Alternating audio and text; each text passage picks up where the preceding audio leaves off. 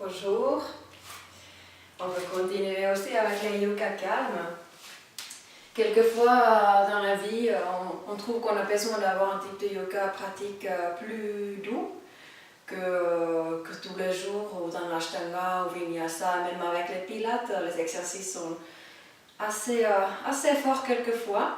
Donc on peut aussi trouver des types de yoga qui sont plus liés à la relaxation, dans l'étirement en douceur pour le corps. Donc dans ces petites passages ensemble, petites 10 minutes, on peut commencer juste s'installer sur son tapis en posture de 4 pattes pour ramener nos mains sous les épaules, pour ramener nos genoux sous les hanches, pour sentir quand même une contraction au niveau d'abdomen qui reste rentrée. Et pour venir réveiller les articulations, on ramène un petit mouvement circulaire pour masser la colonne vertébrale, les articulations des hanches, les épaules, les coudes, les poignets, en prenant le temps de laisser la respiration se calmer naturellement.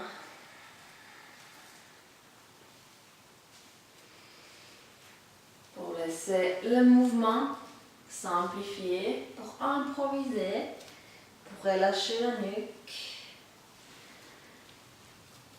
Et quand on sent que le mouvement dans le corps est un peu réveillé, on peut venir s'étirer le dos en poussant activement les bras tendus, les paumes de main au sol quand la poitrine glisse vers les cuisses. En ramenant longueur dans le dos. Toujours en observant le calme dans la respiration.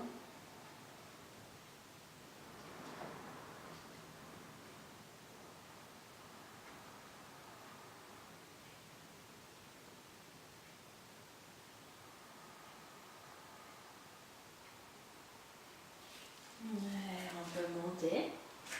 On peut vérifier que notre posture reste bien en 4 pattes pour réveiller l'ouverture avec une bras, avec le souffle vers en haut.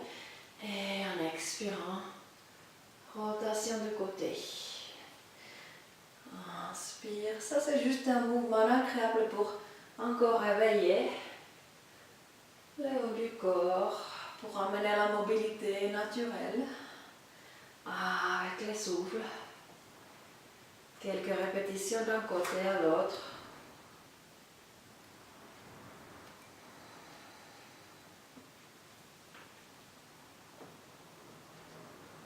On cherche à fixer le poids du bassin, autant l'appui sur les 2 genoux. On peut aussi ramener ce mouvement en étirant l'épaule jusqu'au sol, en glissant le bassin un peu plus bas. On continue de tirer l'autre bras, croisé vers l'avant du tapis. Ça ramène une ouverture entre les omoplates dans le haut du dos. Si on veut ajouter l'autre bras derrière le dos, on peut continuer à amplifier l'étirement tout en permettant le poids de la tête d'être libéré au sol.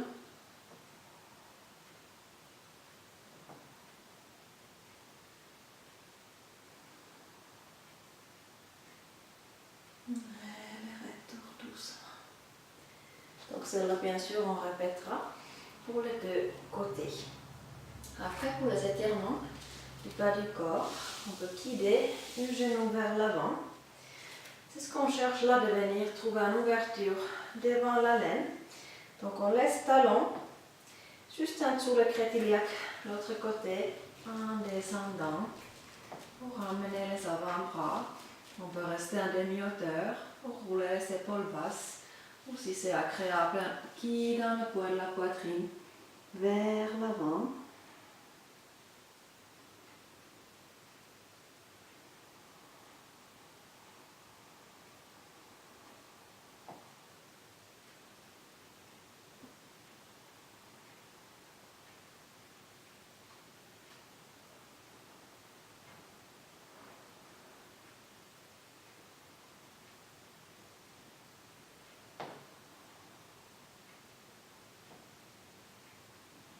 Bien sûr, on le fera dans les 2 sens.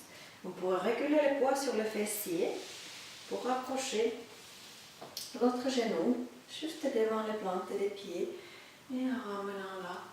Un étirement agréable qui ouvre à toute longueur au niveau de la taille. On cherche quand même de trouver ce positionnement d'appui devant les hanches qui continue. L'ouverture, les épaules sont toujours laissées basses. Ça, c'est notre petite posture de la petite sirène, comme on l'a donné le nom dans les cours. Ça donne bien l'image.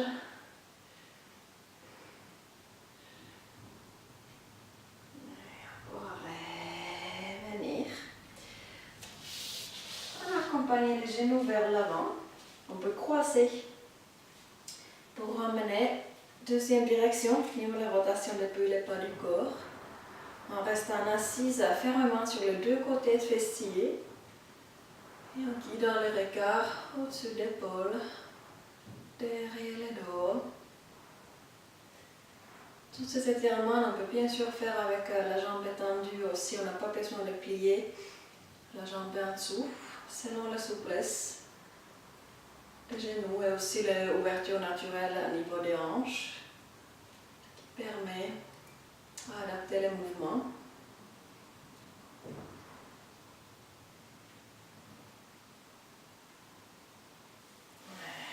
Puis le retour.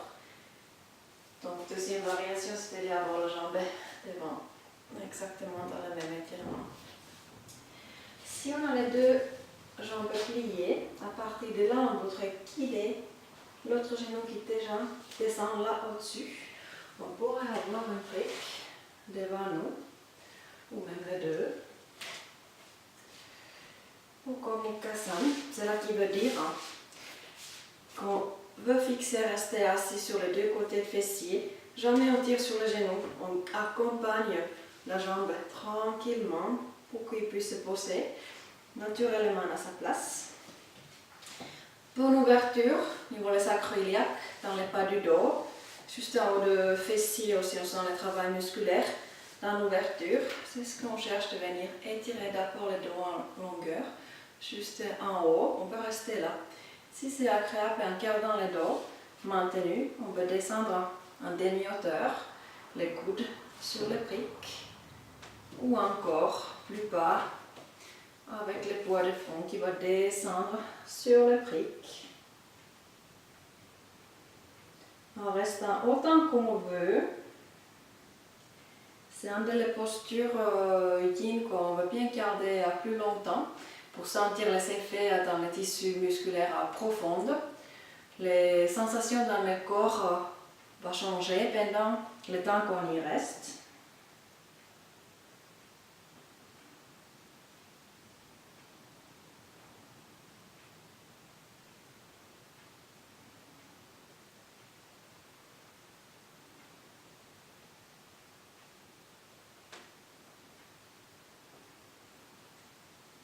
Si encore on veut ajouter aussi les bras, le haut du corps dans la posture en restant assise comme on est. Donc, le genou qui est au-dessus, bras opposé qui part vers en haut pour ouvrir la taille, pour plier les coudes et en ramenant les pouces du doigt jointes entre les omoplates dans le haut du dos.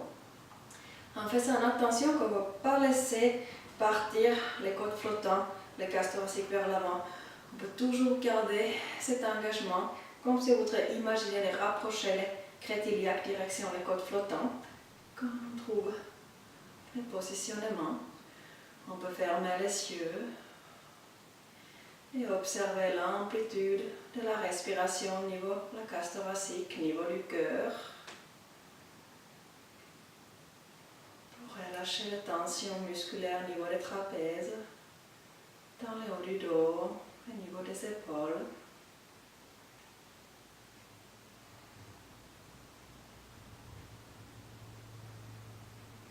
Si les mains ne touchent pas, on peut tout aussi bien ajouter ensemble entre les mains ou tout simplement croiser les coudes dans le dos. Ce sont les variations bien confortables aussi. Pour le retour, on accompagne doucement la jambe en haut pour venir s'asseoir. Donc bien sûr on fera toutes les postures côté gauche et côté droit pour travailler le corps équilibré. Pour continuer avec les petits mouvements pour le haut du corps, on peut trouver une posture assise neutre, en tailleur ou sur les genoux, tout ce qu'on préfère, pour laisser travailler le poids de la tête d'un côté, l'autre main qui s'ajoute sur l'épaule. Tout un mouvement lent pour diriger le menton vers l'épaule. Toujours le retour par le centre avant de ramener. Deuxième répétition. L'autre côté.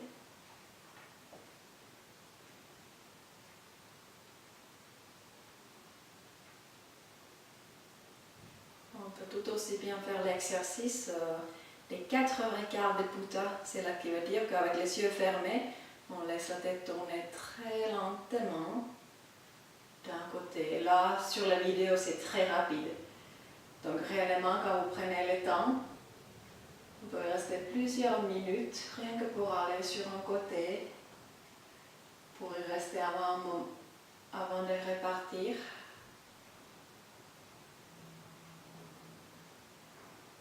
Beaucoup plus lentement. Les deux côtés. En finissant. D'abord en haut. Et en bas.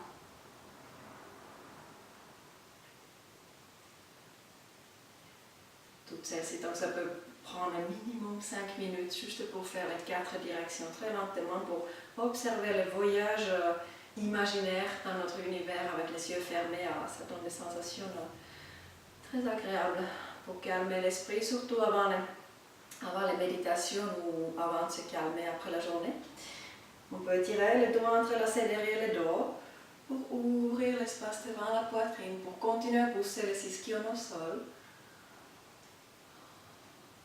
Pour ramener plus d'espace pour la respiration. Et dans notre direction. À nouveau les doigts entrelacés. Et cette fois-ci le dos complètement arrondi. En étirant les deux côtés de la taille. En grandissant vers le ciel. Et en expirant, les bras qui reviennent. Toutes celles-ci, on peut répéter plusieurs fois. Étirement douceur aussi pour l'ouverture des hanches. Les briques sont bien, ne sont pas obligatoires. Ça peut être les coussinets, ça peut être les serviettes roulées, tout ce qu'on peut trouver à la maison ou dans la salle où on est. Pour amener les talons joints, direction le périnée, pour garder le dos long. Pareil, toutes ces postures-là, on peut travailler avec le dos en verticalité, juste un léger engagement au niveau du bas du ventre et le bas du dos maintenu. Et si on souhaite, on peut prendre un appui, les coudes, les bras à l'intérieur des cuisses pour légèrement incliner la poitrine vers l'avant. Et là, le travail vient s'installer au niveau des adducteurs, au niveau de l'ouverture des hanches et encore en libérant l'espace au niveau du bas du dos.